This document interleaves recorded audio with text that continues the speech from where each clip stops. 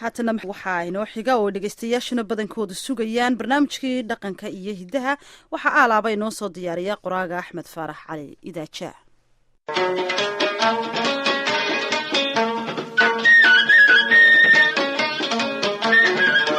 waa barnaamijkii dhaqanka iyo hidaha ee laanta af soomaaliga ee VOA-da.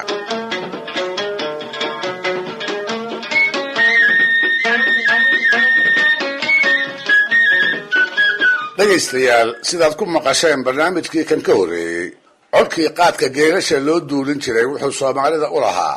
xeerar ku saabsan hoggaamintiisa, kuwo kale oo la xidhiidha kolba xoolaha la soo helo cidda wax ku yeelanaysa iyo wax qaybsiga guud ka hor raggii dheeraadka laga siin jiray kuwii ay ahaayeen.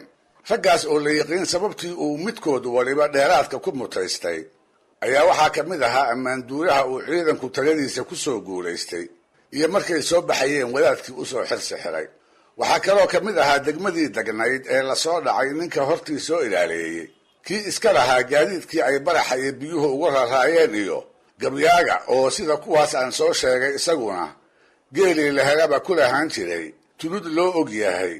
oo saamigiisa ka bannaanka ah, hasha gabayna loo yiqiin. runtii dhowrkaas halaad waxaa ugu caansanayd midda gabayga, maxaa yeelay maansadii hore ee soomaalida ayay daf ka tahay. gabyaaga qudhiisa ayaa mar walba wuxuu ku xusi jiray colku markuu soo noqdo tixaha faanka miirana ee uu mariyo, wixii dhacayna uu kaga warramo. su-aasha haddaba meeshan ku jirtaa waxay tahay, muxuu hashaa dheeraadka ah ku mutaystay?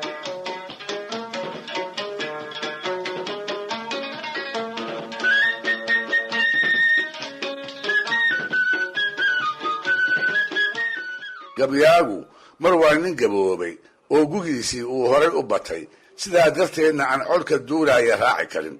marna waa nin xoog ah oo dagaalyahana, ciidanka kalena latoo ah. marka uu odayoobo ragga colka wax ka ambabixinaya ayuu ugu horreeyaa. gabayo duco ah oo inay gacmo buuxa la soo laabtaan wada daaran ayuu ku sagootiyaa. ugu dambaystana ma iloobo markuu ka soo noqonayo inuu kala ballamo haddii wax la soo helo inaan hashiisa lagu murmin lagana lexajeclaysan. taasna waa laga yeeli jirayoo weliba hadduu yahay gabyaa magac weyn leh oo maansadiisa aad loo jecel yahay, isaga oo meesha gabagabada la dhigay aan ku sugnayn ayaa qaybta lagu dari jiray.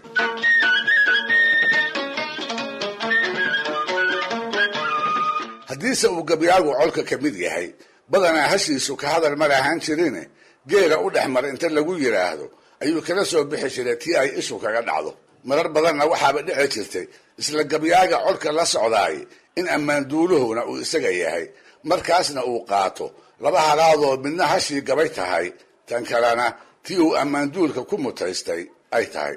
raggii sidaa wax ku qaadan jiray aad bay u fara badnaayeen. tusaale ahaanse aan ka xuso raago ogaas,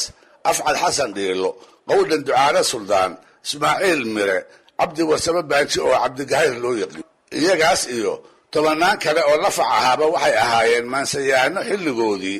aad loogu dhegtaagi jiray, isla markaasna ammaanduulayaal colwadeen wada ah ku caanbaxay.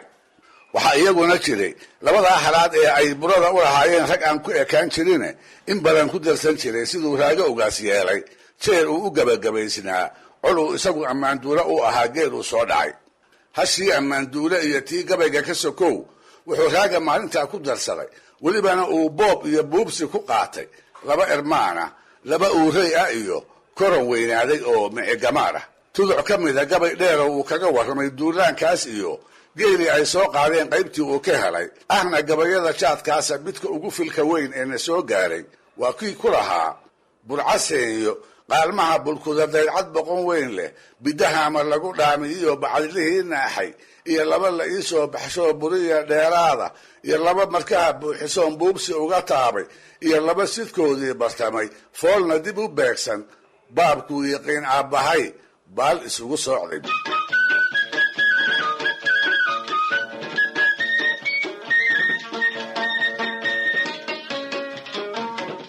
wuxuu raaga sida muuqata ku faanayaa inuu ku bannaan yahay aabbihiis oo la ohan jiray ogaas warfaa, ogaas samatar fooljeex. sidiisii oo kalena kolba intuu doono uu isaguna geela xabaadhaca ka qaato. yeelkeede aan kolka dib ugu noqdo su-aasheenni ahayd, maxaa gabyaaga hasha dheeraadka ah loogu gunayn jiray? siday u badnayd geyiga uu colku ka duulayo iyo midka uu u duulayaa aad bay u kala fogaan jireen inkastoo tolalka derisada ah qudhooduba intay isu duulaan ay xoolaha kala dhici jireen haddana waxay door bidi jireen inay colka ku dhardhaaraan reerba reerka uu ka durugsan yahay isla markaasna xeer iyo xoolo isu celis toonihi aanay ka dhaxaynin sababtaa ayaa marar badan waxay colka ku jiidi jirtay rugihii ay ka duuleen inay muddo dheer ka maqnaadaan markaas bay bil iyo ka badanba dhul qarfa ah oo laga kala guuray jibaaxi jireenoo kolba dhinac ugu saqaafi jireen daal iyo cagamurux intay ka mutaan bay aad u taagdareeyaan baadka ayaa ka dhammaada markaas bay gaajo la gorongoraan biyaha ayaa ka gabaabsiya markaas bay afka iyo dhuuntuba oon la qalalaan oo weligiiba raggu isku adkaysi ma ahayne qaar baa haddiiba intay dhanqalmaan tallaabada gediya waaya markaasna intay quustaan kuwa kale ku tirtirsiiya geel la waaye in meeshii uu ka soo duulay uu colku dib ugu noqdo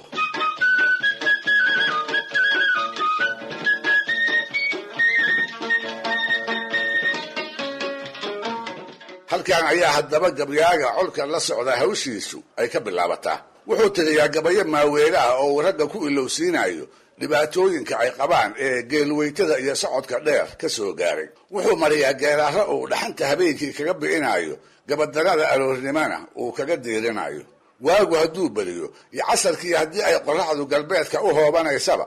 wuxuu ciidanka ugu laabqaboojiyaa dhagahana ugu shubaa gabayo dhaawasho ah oo si aanay gacmo maran ula laaban uu eebba kaga baryaayo muraadka ay u socdaan inuu u fududeeyo harkii iyo habeenkiiba wuxuu ku dul akhriyaa tixa uu ku dhiirigelinayo ee uu quusta kaga bi'inayo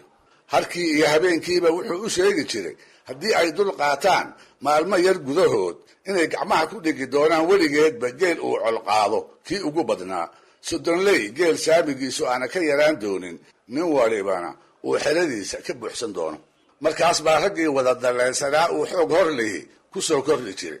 ballanqaadkaas quruxda badan ayay dagaalyahanadu rumbiya kama dhibcaana u qaadan jireen maxaa yeeley waxay rumaysnaayeen in gabyaaga la weheliyo oo jin ama malaa'ig cid u warrantaba isaga si gaara wax badan loo tuso taasina waa sababta haddii geel la soo helo ay isaga dhaawashadiisa ugu saarin jireen ee hasha gabayna uu ku mutaysan jiray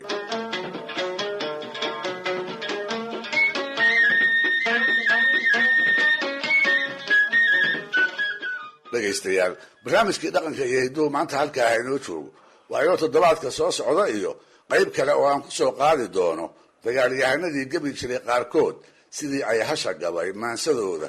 ugu xuseen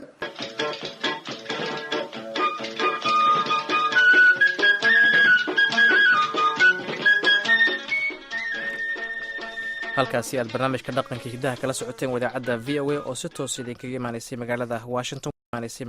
washington